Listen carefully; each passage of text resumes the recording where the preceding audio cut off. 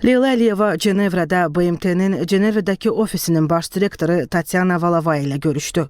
BMT-nin Cenevrədəki ofisinin baş direktoru Tatyana Valavaya ilə məhsuldar keçən görüşdə Xəzər dənizinin ekoloji problemləri, ətraf mühitin qorunması və beynəlxalq əməkdaşlığın gücləndirilməsi məsələləri ətrafında fikir mübadiləsi aparıldı.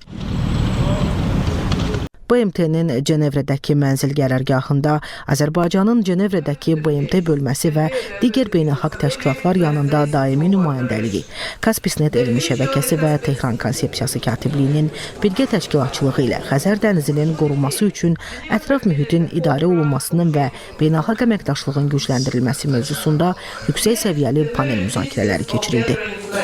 Tədbirin rəsmi hissəsində çıxış edən Leyla Əliyeva Xəzər dənizinin qlobal əhəmiyyəti, üzləşdiyi ekoloji təhdidlər və onun gələcək nəsillər üçün qorunması məqsədi ilə elmi tədqiqatlara əsaslanan birgə fəaliyyətlərin əhəmiyyəti barədə məlumat verdi. Leyla Əliyeva vurğuladı ki, dəniz səviyyəsinin azalması və biomüxtəlifliyin itirilməsi prosesləri vaxtında və əlaqələndirilmiş tədbirlər görülmədiyi təqdirdə daha ciddi nəticələrə gətirib çıxara bilər. O, tədbir iştirakçılarını Xəzər dənizi ilə bağlı müzakirələri real nəticələrə gətirən konkret addımlarla davam etdirməyə çağırdı. BMT-nin Cenevrədəki ofisinin baş direktoru Tatyana Valavaya və Azərbaycanın BMT-nin Cenevrə şəhərindəki bölməsində və digər beynəlxalq təşkilatlar yanında daimi nümayəndəsi Qalib İsrafilov tədbirdə çıxış edərək bu cür müzakirələrin dövlət qurumları, beynəlxalq təşkilatlar və ekspert icması arasında dialoqun inkişafı üçün mühüm əhəmiyyət daşıdığını qeyd etdilər. Onlar ətraf mühitin idarə olunması sahəsində institusional əməkdaşlığın, eləcə də məlumat və təcrübə mübadiləsinin genişləndirilməsi Xəzər dənizinin qorunması istiqamətində səylərə töhfə verəcəyini bildirdilər. Bugün müzakirə olunan mövzular çox maraqlıdır. Çünki artıq Xəzər dənizi ilə bağlı fəaliyyətə keçməyin vaxtıdır. Artıq görürük ki, Xəzər dənizi kiçilir, su səviyyəsi aşağı düşür. Su səviyyəsi azalır və əgər bu azalma 8 metrə çatsa, Xəzər dənizinin 1/3-ni itirəcəyik.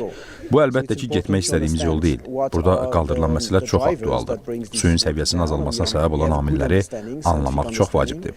Bu sahədə yaxşı elmi anlayışımız var. Elə gəlir ki, addım-addım müxtəlif digər proseslərdə də, məsələn, Bakıda keçiriləcək World Urban Forum çərçivəsində və eləcə də bundan öncəsində keçirilə biləcək müxtəlif tədbirlər çərçivəsində biz, belə deyim, bu inisiativi gücləndirib Xəzər dənizinin problemlərini dünyaya daha çox çatdırıb, beynəlxalq əməkdaşlıq çərçivəsində, müxtəlif layihələr çərçivəsində ayrı-ayrı problemlərin həllinə doğru, belə deyim, müsbət töhfə verə bilərik, müsbət nəticələr çıxa bilərik.